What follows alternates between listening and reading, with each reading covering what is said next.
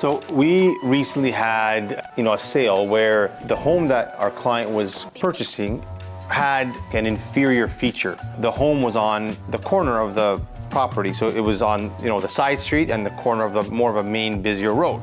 Now the property itself actually offered some other superior features. It was actually a wider lot than most of the other homes on the street. One of the questions that came up was, well, what's gonna happen when we wanna sell the house down the line? The main thing you need to figure out is, what would this house sell for if it didn't have that inferior feature? If you're buying the house for somewhat of a discount versus the rest. Depending on what that inferior feature or that flaw may be, it may have to be 10% less, 50% less. The agent, if he knows the area, he'll be able to figure out what that would be. And then you wanna make sure that you pay that much less for the house. The one caveat you may have is that it may take you longer to sell down the road, because just like right now, there's only probably a limited pool of buyers that are willing to sacrifice and buy the house with that flaw or inferior feature. Because price at the end of the day will incentivize somebody that wants to get in that area, but maybe can't afford to pay, the $200,000 to $300,000 more for the property that doesn't have that flaw. You want to make sure that you've discounted the property for that inferior feature,